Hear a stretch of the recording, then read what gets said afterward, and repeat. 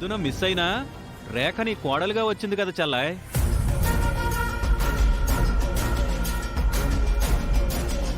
మిథునకు రేఖకు తేడా లేదా అన్నయ్య? మిథునెక్కడా రేఖెక్కడా? మిథునకు 1000 కోట్ల ఆస్తులున్నాయి. అసలు ఈ రేఖ ఎవరో కూడా మనకు తెలియదు. గౌతమ్ గాడు ముందే కక్కుర్తి పడితే మనం మాత్రం ఏం చేస్తాం?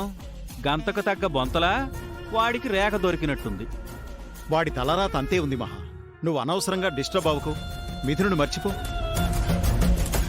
కానీ మిథున మనల్ని మర్చిపోదు కదా జన. ఈ ఎంగేజ్మెంట్ ఆగిపోయినందుకు తనేం చేస్తుందో ఏమో. అవును మహా, అసలే మిథున యారగెంట్. ఆవేశంలో ఎలాంటి నిర్ణయం తీసుకుంటుందో. మీరంతా కలిసి గౌతమ్ గాడు మంచోడని ఆ మిథున ముందు ఓదరగొట్టారు కదా. ఇప్పుడు తను ఎలాంటి స్టెప్ తీసుకున్నా మీరందరూ అనుభవించాల్సిందే. నువ్వు ఆగు చలపతి.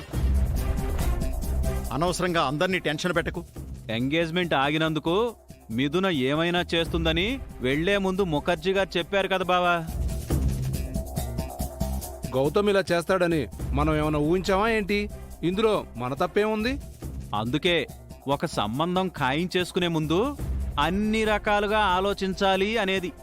మీరు మిథున వెనుకున్న 1000 కోట్ల గురించి ఆలోచించారు తప్ప మన గౌతమ్ గాడి బ్యాక్గ్రౌండ్, ఫ్లాష్ బ్యాక్ చెక్ చేయలేదు. వాడి మీద నమ్మకంతో ఈ మ్యాచ్ ఓకే చేశాను. గౌతమ్కి ఒక లవ్ స్టోరీ ఉందని నాకేం తెలుసు? వాడు కూడా ముందుగా నాకే విషయం చెప్పలేదు. ఆ రేఖని మోసం చెయ్యాలనుకుని మనల్ని ముంచేశాడు. వాడు అలాంటి వాడని సీత ముందు నుంచి చెబుతూనే ఉంది. మీరెవరైనా విన్నారా? అన్నయ్య, ఇప్పుడు సీత గురించి ఎందుకు?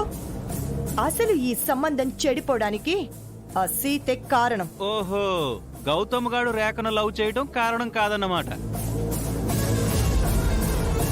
గౌతమ్ ఎవరినూ లవ్ చేస్తే సీతకేంటి? సరిగ్గా ఎంగేజ్మెంట్ టైంలో ఆ రేఖని ఇక్కడికి పంపించాలా? సీత కావాలని చేసింది. మనం బిజినెస్ లో పైకి ఎదగకూడదని ఇలా కుట్ర చేసింది.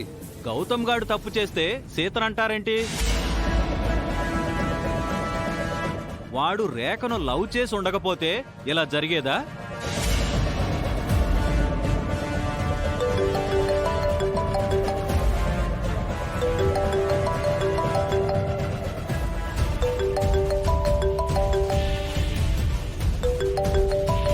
ఎవరు మహా? ముఖర్జీ గారు. డేంజర్ బెల్ మోగిందనమాట. అసలే మహా టెన్షన్ లో ఉంది. నువ్వింకా కంగారు పెట్టకన్నయ్యా. Hello sir. ఎక్కడున్నారు మహాలక్ష్మి గారు? అందరం ఇంట్లోనే ఉన్నాం. మీరు జనార్దన్ వెంటనే మా ఇంటికి రండి.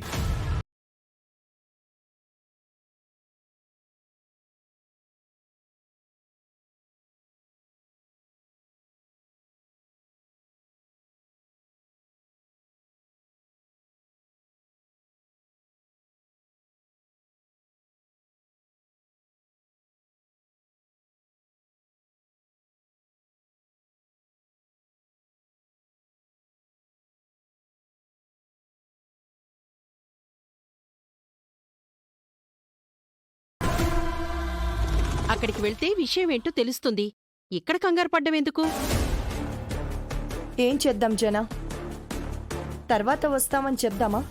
వద్దు మహా, ఏదైనా ఇప్పుడే తేల్చుకుందాం. పద వెళ్దాం.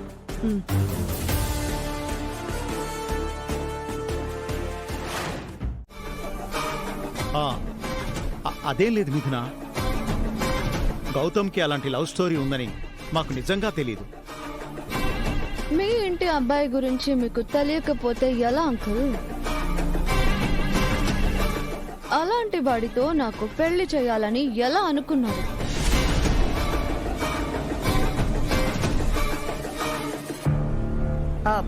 మేం ఒప్పుకుంటాం మిథున. చిన్న పొరపాటు జరిగింది.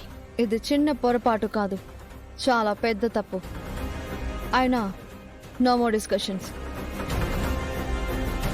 నేను ఆ టాపిక్ గురించి మాట్లాడటానికి మిమ్మల్ని పిలవలేదు.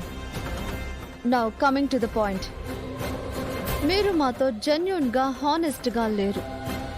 మమ్మల్ని చీట్ చేశారు. సో మేము మీతో పర్సనల్గానే కాదు ప్రొఫెషనల్గా కూడా జర్నీ చేయలేము.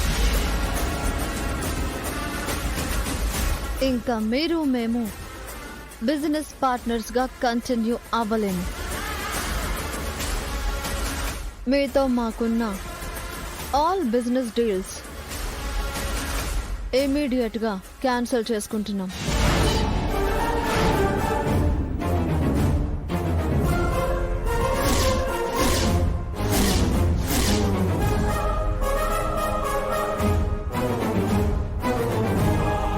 అందుకు మీరు అగ్రి అయినట్టు ఈ డాక్యుమెంట్స్ మీద సైన్ చేసి బయలుదేరండి.